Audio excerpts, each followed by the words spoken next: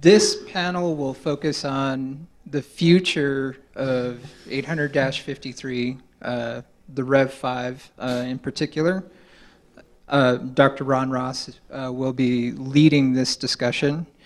On the panel, we have Tim Frederick, who is the security officer for the Moppet project here at NCAR. Next to him is Steve Beatty, who used to work here and ran away and is now a professor at Metro University. And on the end there is Susan Ramsey, who is currently UCAR's major cybersecurity risk assessor here. Okay, so I actually knew I was the moderator, but I forgot that I was the moderator. So we're going to just this is going to kind of be a continuation of our previous discussion, and we're going to try to focus this hour about the security and privacy controls. I have to bring both of those in now because I'm not sure how much each one of you are familiar with the 800-53 publication. Depending on where you work and what you do, you may be very familiar with it. Some of you not so much. But we've gone through several iterations of the controls over the years. And I think I'll just start out by saying today I'd like to give you some insights as we get more into the depth of the conversation here about how the control catalog is evolving over time. What are some of the new capabilities that we think the revision 5 is going to give to you? And then from there, maybe we'll take some questions and we can demystify some things and talk about, I see the FAR is on the agenda as well. But I'm going to first turn it over to each one of my panelists here and ask them to give just a couple of opening remarks, and then I'll come back and I'll give you some of the design objectives for the 853 Rev 5. So Susan, you want to start, and then we'll work down this way.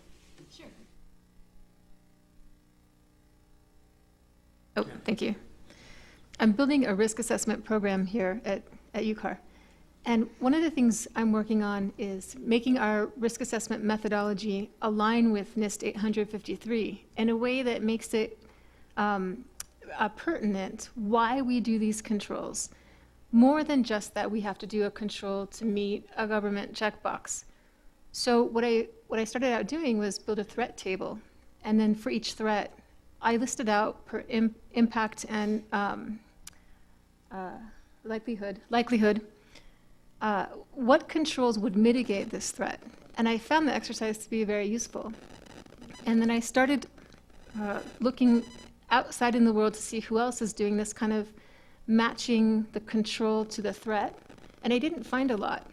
So one thing I'm going to ask about is whether the Rev 5 is going to start looking at really addressing which controls meet or mitigate specific threats, and what we can do as a community to build very specific threat tables based on real metrics, real data, things like the Verizon DBR, like what Mandiant publishes, really emphasizing that the community comes together and publishes open incident response data so that we can show that our controls actually mitigate a real threat. I'm going to hold the answer to that question until each of the panelists gives their kind of opening comments. I'll come back to you to answer that one.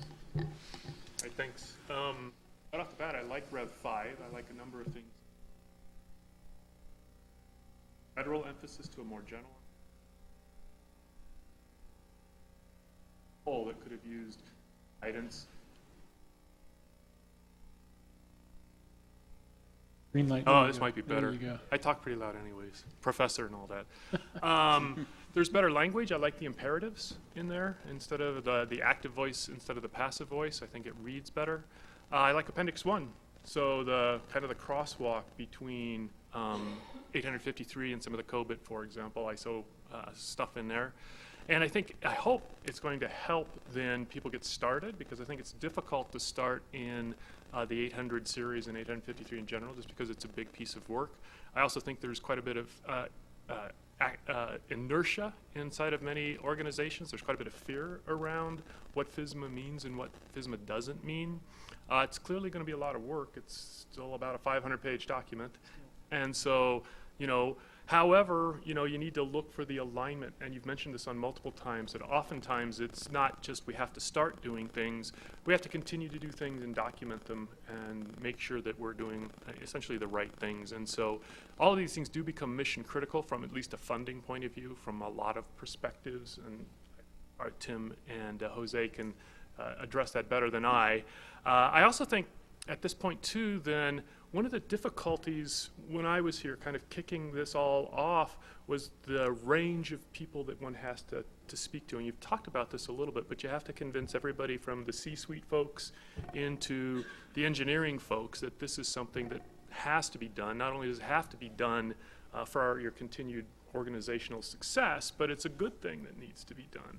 I think we need an additional 800 document on how to talk to people about the rest of the 800 documents. And no, I'm joking about that, of course, but there is how do we talk to lots of people, and talking in somebody's vernacular then I think is a very important thing. My general recommendation for anybody implementing these sorts of procedures and controls and all these other sorts of things is to hire excellent people and leave, which is exactly what I did.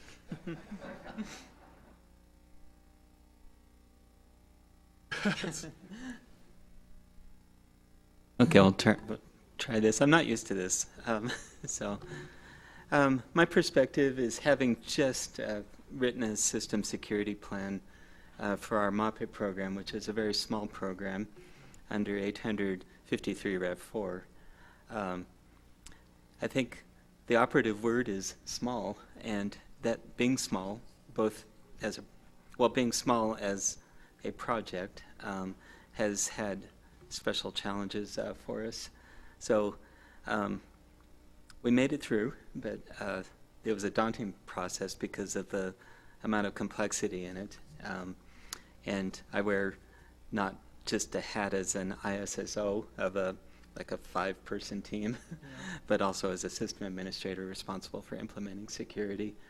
That also had an advantage for us in that we were able to kind of implement security controls as we went, as we learned about them, thought about them, and came up with better approaches many times. So I'm here to learn. I haven't really looked into the details of Rev 5 yet. I'm kind of interested, of course, in what can enable a small program like MOPIT to exist within a larger community as an enclave, if you will, if you heard that word. Being an enclave kind of has its challenges as well. In some ways, this would have been easier for us if we had kind of more of a history as an organization of having been involved in this. Lots of good perspectives there. Oh my goodness gracious, a little feedback. So I'm going to answer your question, but before I do that, I want to give you a little bit of sense of what happened in Rev 5 from Rev 4. We had a lot of input. You have to kind of understand the context of what's happening in the technology space. From even as far back as just 5 years ago, we published Rev 4 in 2013. And since that time, we're looking at a massive push out of computers to the edge. I talked about that this morning with the Internet of Things and all of those kinds of activities. So one of the first things that we wanted to do is make the controls applicable for all types of systems. And you're going to notice we took out some of the kind of the verbiage that changed. You mentioned the word federal was taken out almost in every case. There's a few places we use it because we have to. We tie it to FSMA. But we took it out every place we could. So the document could be welcoming to all of our private sector customers, to include many of you, who either choose to use it on a voluntary basis or are required to use it because of a contract that you're tethered to. The second thing we did is we tried to shorten the term information system just to the word system, because a lot of people think of information systems, as I said this morning, as that supercomputer you have here or your workstations. And the reality is today those computers are everywhere. And we have to be able to have a control set that can be that can address those systems wherever they go, and the information is following those computers to the edge. And so we shortened the term to system where we could. So it could be used, those controls could be used not just by people here at the enterprise level, they could be used by system engineers who are building systems and components when they have to look at a good set of articulated security requirements or controls they can bring into that engineering process. And that could apply to anybody out in industry who are building operating systems, database management systems, routers, anything you can build out there where you've got computers and firmware and software. Those controls should be applicable. Now, they're not going to be applicable right out of the box. There is always going to be some tailoring required. Even controls like an account management control, AC2 from one of our access control family, that account management control will be implemented differently in a Linux system versus a Windows system versus a weapons system. And so there's always going to be that implementation that is required on our controls, because our controls we can't describe every implementation, every type of platform. We would never finish. So that was the second major thing that we did. The next thing is we decoupled the controls from the process. Now, what does that mean? I think of controls as kind of being the gas that goes into the car, and the car is the process, or the framework, if you will. So those of you familiar with how the feds do their control selection, we use something called the risk management framework. It's not the cybersecurity framework. The RMF is a 6-step process, and a lot of you have talked about some of those steps. We categorize as the first step using our FIPS 199. That says all of our information, all of our systems are either low, moderate, or high. And the second step is we select a baseline. We have 3 sets of predetermined controls that are aligned with the low, the moderate, and the high impact systems. And then part of that second step, we go through a tailoring process. That gets to what your question was about, Susan, where every organization looks at that moderate baseline or that low baseline and says, well, do I have too many controls or do I have not enough? And that tailoring process ends up giving you your security plan of the controls you're actually going to implement. Going into step 3, then implementation. The 4th step is assessment. You have to actually go look at how good those controls actually are. And that gives you your security assessment report. That's the second document in the authorization package. The security plan, what I want to do, the assessment plan or the assessment report, what I actually discovered when I evaluated and tested those controls, and then the POAM, we talked about that last hour, my Get Healthy document. So that's the risk management framework. Now, those controls do not have to be hardwired into that framework. In other words, you should be able to take those controls and use those with the cybersecurity framework. You should be able to use them with the risk management framework. If you're using ISO 27000, I don't know if you're familiar with that. That's the ISMS, the Information Security Management System. ISO 27001 is an international standard. That's a process. They have their own controls. But there's no reason why you can't use that process and bring in our controls. We think our controls are the best. They're certainly the most comprehensive, as you talked about, 500 pages of controls. But those controls are 500 pages for a reason. We develop controls in response to threats, either things that have happened to us already, where we've been breached, we have a vulnerability that was exploited by an adversary, and now we know we have a control that's necessary to stop that, close that vulnerability. Sometimes we look at threat data and we say, they haven't hit us yet, but we know they have the capability to hit us, and we're going to go ahead and develop a control that will preemptively close down that attack vector. There was a time several years ago when the adversary compromised the BIOS, the basic input-output system. That's firmware. And so we had to develop a control. It's in one of our families, the SC family. It's called firmware integrity. It's a control that requires you to run some kind of a diagnostic or integrity checking mechanism on the firmware. And a lot of our big vendors like Dell, who they actually sometimes reflash the BIOS when those things come into their manufacturing plants. to make sure that the BIOS has high integrity. And there's a way then, when they deliver that to you, you can actually run integrity checking mechanisms or tools on that to make sure that that firmware has not been tampered with. In other words, there's no bits that are out of sequence. They haven't been flipped, so to speak. That's an important thing to know. So we had actually, that was an attack that had occurred. The adversary had the ability now to get into the operating system. They put in rootkits, establish complete control. They can compromise the firmware. They can even get into the manufacturing plants where those computer chips are being made. There's a lot of anti-tamper programs that I think DHS is running.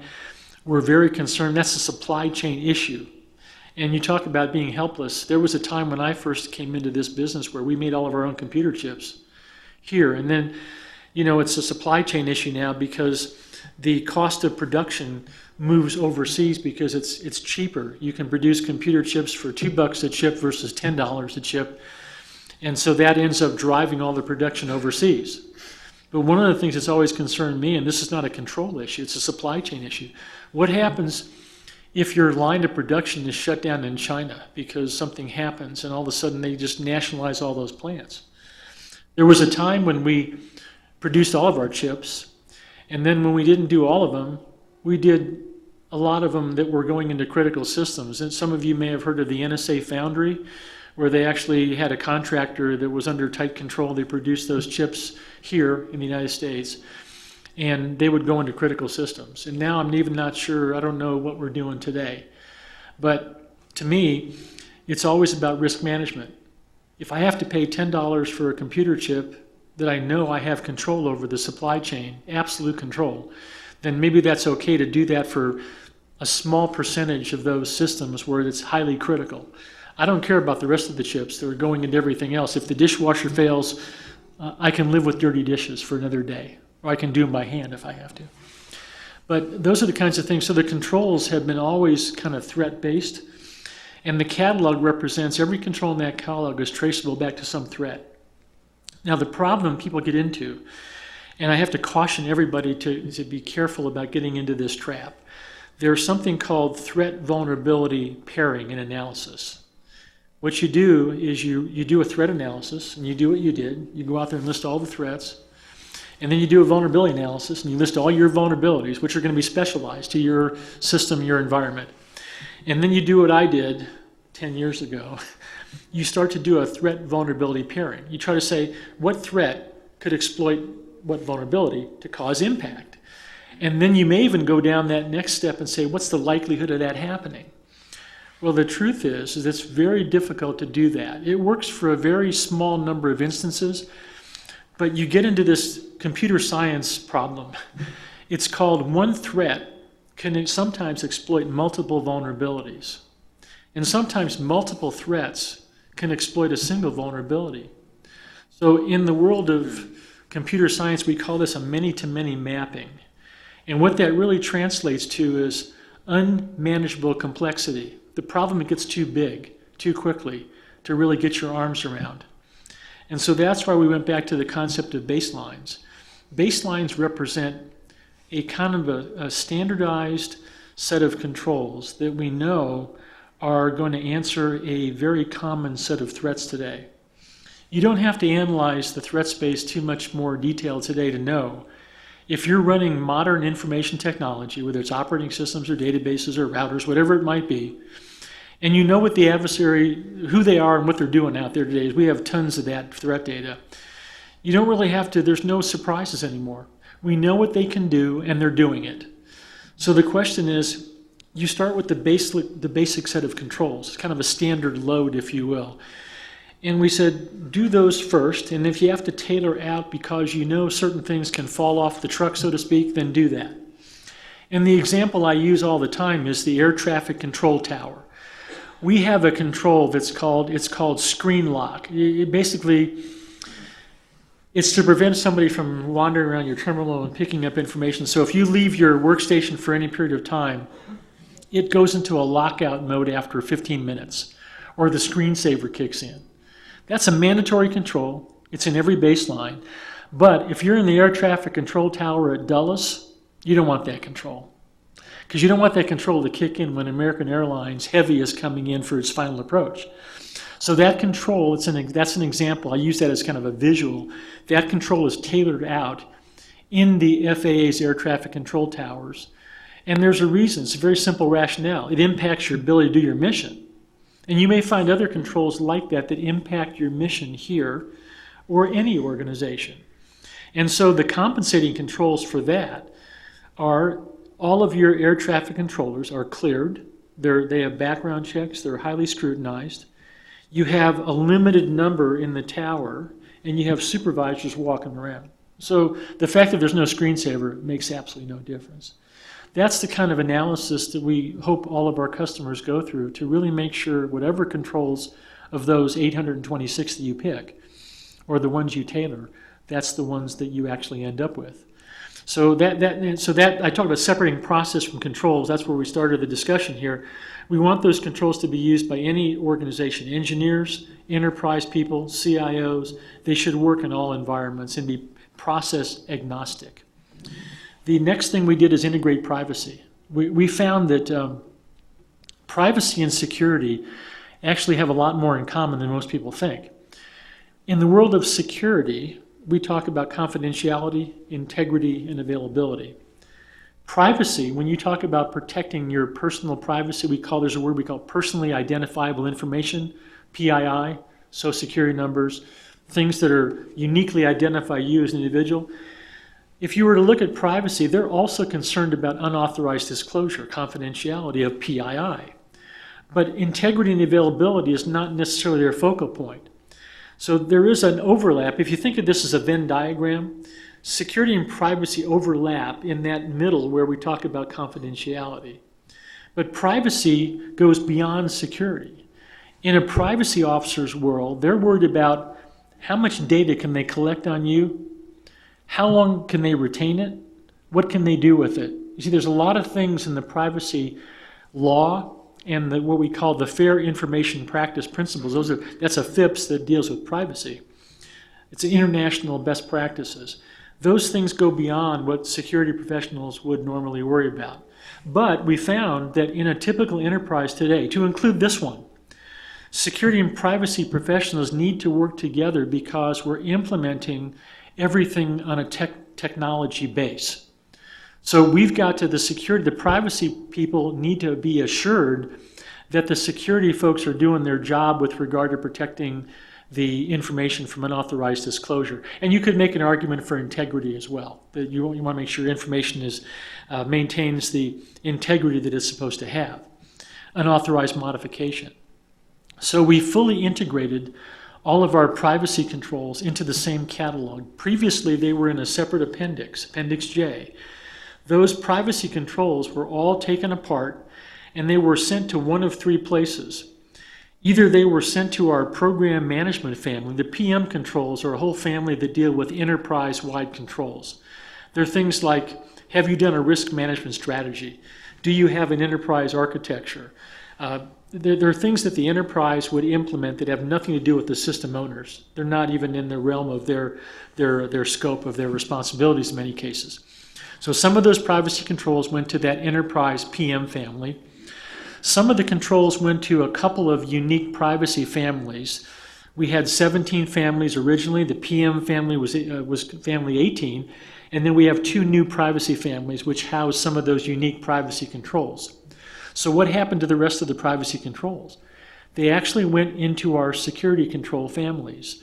And we found that a lot of our security controls could be what we call dual-use controls. A security control can actually do double duty. And one of the examples I use is there's a family of controls called training and awareness. It's the AT family. That's the two-letter acronym. We have one of our controls, I think it's AT2, that requires organizations to develop a security awareness program. And that's one of our security controls. So we went back and the privacy team said, we have the same requirement for privacy. We have to develop a privacy awareness program too. So what we did is we neutered every control we could where it was unique to security previously, but we found where privacy had equities in that control. And so we renamed that control from security awareness to now just awareness and training. And we have language in the control which talks about security awareness programs and privacy awareness programs. And the idea is those teams, the privacy and security teams working together at the enterprise, can have some economies of scale. They can develop awareness programs that have a security aspect and a privacy aspect, but not have to maybe do two separate programs. And so this gives you the ability to have fewer controls, more efficient controls, and more importantly, bring these two teams of professionals together so they can work for the common good of the enterprise. I don't know how it is out in the private sector, but in the federal government, security and privacy teams barely know each other. They could be in totally different parts of the organization. They don't even know each other's names, and they never work together. In fact, there was some discomfort when we started bringing those controls even into the security catalog in 2013. The privacy folks loved it. The security folks were kind of a little bit standoffish because they felt that these privacy folks were encroaching on their territory. But that's what we did with Rev 5. We've done a full integration, and it's wildly popular with not just the privacy folks in the federal government, but at the International Privacy Conference that was held a month ago, I think in Boston, that was the talk of the conference. Everybody was so excited about privacy and security coming together because this is a big deal. With IoT, your privacy information is going to places that you never suspected. And that's not a good thing. We need to make sure that we're cognizant of that and we take steps to make sure that we deal with those kinds of things. So those are kind of the big things we did with the Rev 5. You mentioned the every control, we made it more outcome-based, not fully outcome-based, but we took off the very first two words of every control. They used to start out either the information system does X, Y, or Z, or the organization does A, B, C. So one had a system focus, one had an organization focus, and typically the information system controls were more technical based, the gentleman was talking about earlier. And the organization controls were more incident response plan, contingency plan, things that would go on at the organization level. We took every control and we lopped off that front part and we made them more action-oriented controls. So instead of saying the information system implements multi-factor authentication, it now just says implement multi-factor authentication. The reason we did that is we heard from our engineering community. They said, don't tell us how to do stuff. Tell us what the control requirement is, the capability, and we'll tell you the best way to engineer that. And so that was, again, a recognition of these controls moving beyond just the enterprise and moving into the systems engineering world. I mentioned our 800-160 engineering publication. We now are trying to map all of those engineering processes. That's part of an ISO IEEE standard. I think it's 15288. We're now integrating security into every one of those lifecycle processes. And so those controls now will be available to system engineers every step of the lifecycle, from stakeholder requirements through requirements engineering that they go through, the trade space decisions about, what requirements are important, what's the trade-off between cost, schedule, performance. How do we get those requirements locked in through the trade space discussions, then lock them down so we can move them into the architecture, the implementation, and all the way out to the design, implementation, all the way through the life cycle. So we've got some big things happening, and they are all to build greater transparency and traceability into our security discussions. So we don't have to try to bolt stuff on when we can't bolt it on at the end of the life cycle. That's kind of the high-level view of what's happening in Rev 5. So do you guys want to have any comments on that or any further questions? Did I answer your question about the threats and the vulnerabilities? Maybe I didn't fully answer that, but. You did enough. I think it's also on the rest of the community to start providing metrics to show that the controls are actually doing what we expect them to do. Yes. And in my conversations, sometimes, you mentioned earlier about pivoting across a network. You talked about network segmentation.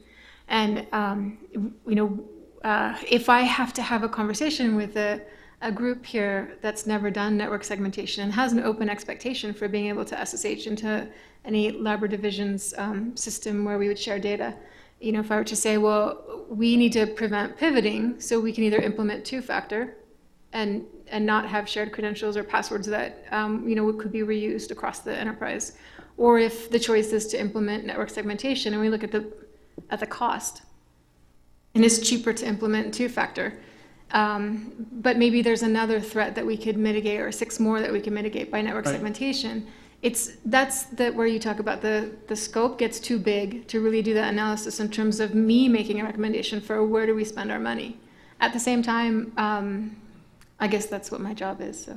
Well, no, it's a tough conversation because everything ultimately revolves around money, and there's only a certain amount of money in the system. There's only a certain number of people that are qualified to do these kinds of things. So that's why I emphasized this morning trying to start the discussion with the CIO or the C-suite by saying, we can save you money by working more efficiently in cloud environments or shared services. So you start out on a positive note. Again, I go back to that discussion of you have to engage people in meaningful places where you can bring them into the discussion from their point of view. This is one of the reasons why when we did our 800-160 engineering publication, it's a system security engineering document, but we didn't start out, we went to an engineering standard, nothing about security. And we said, we need to take our security work to the system engineers. They're the people and software engineers that build things. And we should be able to take our body of work to them and say, when you build that system or that software product that you're doing, here are some best practices that we've developed over 40 years that you might want to consider. It's not a threatening environment. It's more we're there to help and be advisors and help them be successful. And so that's the same strategy when you go to the CIO or the C-suite, who actually have to sign those checks and are dealing with all the cost, schedule, and performance issues that we all know we have to deal with. You start out on now, here's the security controls in this big wheelbarrow that you have to do, or else you're not going to go to heaven. You start out the discussion totally different. We know we have to be more secure because our customers are demanding it, our reputation's at stake, and someone mentioned the NSF, and even if NSF isn't pushing on you to do that, you still have your own reputation to worry about, and you have to operate as an independent entity serving lots of customers. So that conversation starts out by how do we become more efficient? How do we give our scientists and our engineers here the state-of-the-art platforms and software to do the cutting-edge research that is going on everywhere, and do that in a way that can save us money and get more efficiency and greater capability. And when you start the discussion there, then the security discussion comes in as part of that discussion, but it's the second step, not the first step. And that's why having a security engineer and a security architect, even if you only have one for this entire organization, you find one good one and get that person to work with your enterprise architect. Because after you have that initial discussion with the C-suite and the CIO, the next thing they're going to say is, okay, that's a great idea, now go do it. And then your enterprise architect's going to have to start to work with all the lab directors and say, what do we do across the entire laboratory? What are the business functions that are common? What are the things that we do independently? Every laboratory, it's kind of unique. And you start to build the architecture with the enterprise architecture constructs that are well established over a decade or more, maybe 2 decades. And you start this as a strategic vision and a process. You're not going to get there in 1 year, 2 years, 3 years, but that game plan can be very powerful. And you can show short-term successes are the best thing to fuel long-term successes, because they like to see, hey, we did this, we have this thing up and running. These folks are having a whole new capability. Our scientists and engineers, they're doing great things now because we have this new cloud-based capability. And now we're going to take the next step. And we're saving money, and we're going to plow some of those savings back into this. That's how I think you have to do it. Otherwise, you're always going to be Dr. No, and you'll be the bearer of bad news, and nobody likes those people very much. And you got to be a cheerleader for what this organization does best. And I think you can do that, but it has to be done with a kind of a nuance that sometimes some of our security people don't have, because, for most security people, it's always all about us. The reality is it's not about us, it's about the mission, so.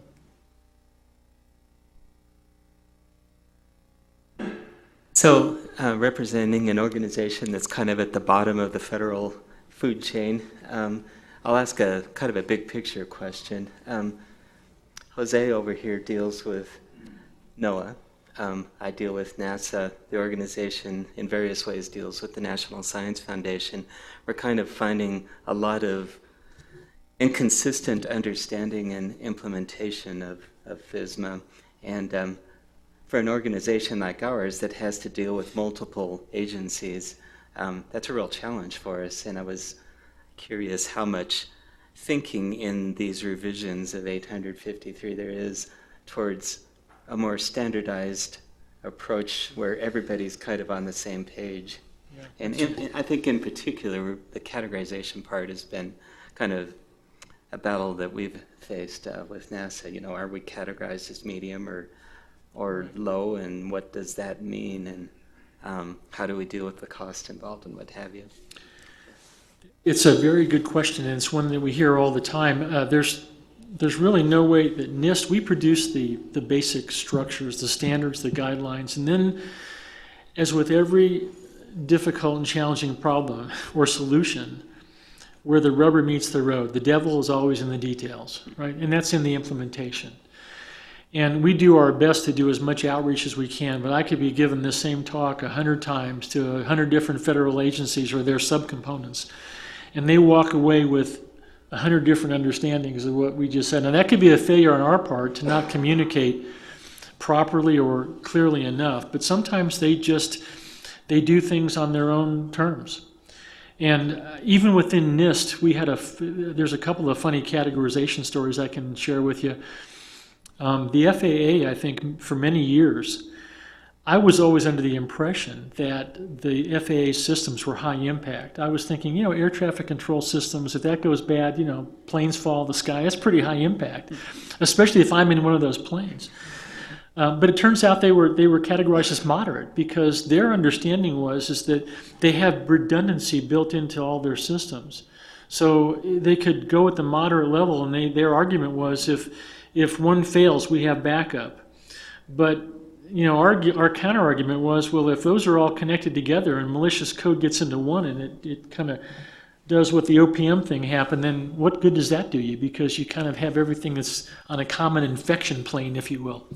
So, but that's the debate that raged on for years. NIST, for many years, we had one high impact system. Many of you know that we have we keep that national clock, the time, and a lot of organizations use that as their kind of their benchmark time. And I thought that was a high impact system, and it was for a long time. And then the director of our physics laboratory said one day, no, that's a moderate impact system, because if that system goes down, time doesn't stop. And she was a really, really smart physicist, and you don't have any comeback for that, you know? So this is where you get into the different, so the only thing I can offer to you, and your situation here, like a lot of contractors, a lot of colleges and universities who deal with multiple federal agencies who are coming at this with different understandings and different levels of expertise. The first thing I say is always get the feds, whether it's one or N+1, get them to commit to a very clear and concise definition or understanding of what the problem is. So there should be no disagreement whether it's a moderate or a low. They should tell you what their understanding of this is. You know, you may not agree with it. If they say it's moderate, you think it's low, that could be something. But if they're the customer, then they're the ones that are writing the check, and they're going to be the ones that are paying the bill. And the important thing is that you understand what their requirements are, and they should be clear. Now, for multiple customers, if you're working off the same base, supporting multiple customers, that can be a conflict that happens a lot. One customer says this system is moderate, the other one says it's low, and you're sitting down here at the base of that recursion, and you were saying, should we go low or moderate? Well, you have to go the high watermark, because that customer who's the moderate is going to be the one that you have to make sure that you're attending to that. But you should try to resolve that, because especially you can't be in a situation where you're going low and then the customer's not really given the appropriate level of protection. But what I can offer to you is we kind of sit in a neutral position, and I've done this a lot before, where if you have a question with one of your customers and there's a misunderstanding, or we don't want to get into the disagreement, we're in the crossfire between you and another federal agency, but if there's a legitimate need to have a discussion and work out some of the core issues, we're glad to do that. You can set up a conference call and we can just have a general discussion. And all I'm going to say, I'm not going to take your side or the federal agency side. You can just ask questions, they can ask questions, and I'll just give straight answers.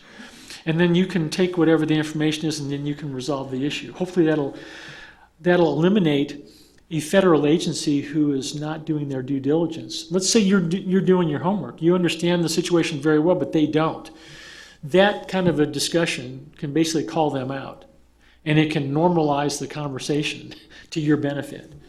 And maybe they do know what they're doing, but without knowing, sometimes you're left in that no man's land that is not very comfortable. So I can offer that, and it's a free consulting service. Not really free, because you're all taxpayers, right? So you already paid a lot for this, but that's one thing we can do.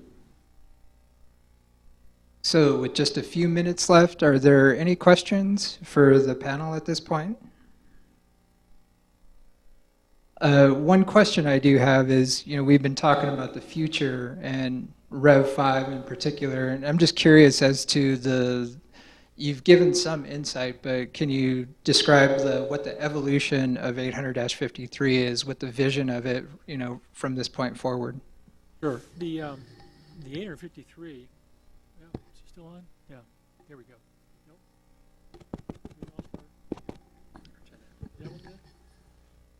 How's that? Better? Yeah. So we're on a pretty tight schedule. The administration now has given us a very tight timeline. I'm not sure, is that on? You guys hearing that back there? Yeah. And we're at pretty tight timeline, 2 publications. 853 Rev 5 is going to be probably on the street finalized by February of 2018. You're going to see a final draft. We got 3,000 comments back on the initial public draft. And we've got 3 teams adjudicating comments now. One comes from the Defense Department, one comes from the intelligence community, and we have a NIST team. And I get 3 different adjudication views of those comments, and then I make the final call on what goes into the market. But sometimes I do my own analysis as well. Final draft will be out around November, early December timeframe, 30 days, and then we're going to lock it down sometime around February. Now, that document then, that's going to be around for quite a while because it's going to go into a lot of other places. It's kind of a next generation control catalog, if you will. The other document that I would like to call your attention to is very closely related. It's 837. That's the risk management framework. That's revision 2. We just published on our website a discussion draft about 2 weeks ago. There'll be an initial draft of that document coming out sometime in the November timeframe. Why is that important? Because that 6-step risk management framework process that some of you have to comply with if you're operating a system on behalf of the feds and you're doing all the FISMA stuff, there's been a new step added to that 6-step process. It's called the organizational prep step. In the wheel of 6 steps, it sits smack dab in the center. And the reason I bring it up here is because that organizational prep step has 11 or 12 tasks that talk to exactly the kind of things that we discussed today of getting the enterprise prepared to do the system level work in the RMF, all the controls. So I would encourage you to look at those 11 or 12 tasks. One of those is developing a risk management strategy for the enterprise. One is developing a risk tolerance. One of them is talking about enterprise architecture or developing stakeholder requirements, defining all your mission and business functions within this organization, and then defining all of your common controls that the enterprise is going to take responsibility for. All that preparation is going to save your system owners a tremendous amount of heartache downstream because you're going to have a lot of the controls in 53 are common, and you don't have to do those multiple times. You can do them one time. And they're not all operational or management controls. Some of them are technical, like we talked about this morning, an authentication service for the entire organization. Instead of having every lab do their own authentication or every system, you can have a common authentication server that does that for across all of the customers within the laboratory or multiple laboratories. There's lots of opportunities to standardize and build in stronger mechanisms that can be inherited by all of the system owners downstream.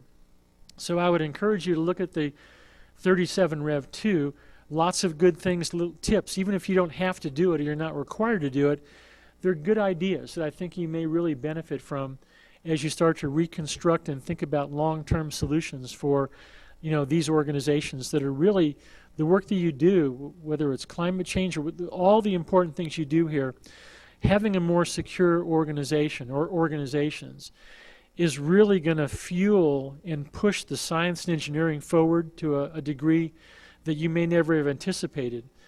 And it's also going to protect your reputation, and you'll be able to stand up and say we've done our due diligence. And so Rev 5, 37 Rev 2, that's the vision for the future. And tying it to good engineering practices in our 800-160, that's where you really get below the waterline, looking at this problem holistically. We've never done that before. Even to this day, we don't look at our cyber problems holistically. We're always chasing the next whack-a-mole problem. And unless and until we do that, all of us are going to be running at great risk, whether you're in the federal space, the FFRDC space, or the private sector, within the United States or worldwide. We're all in the same hot tub. And that's what I would say, that's where we're headed for the future. Well, with that, I think that was a great way to end this panel, and I thank the panel for your time. Thank you guys very much. Thank you.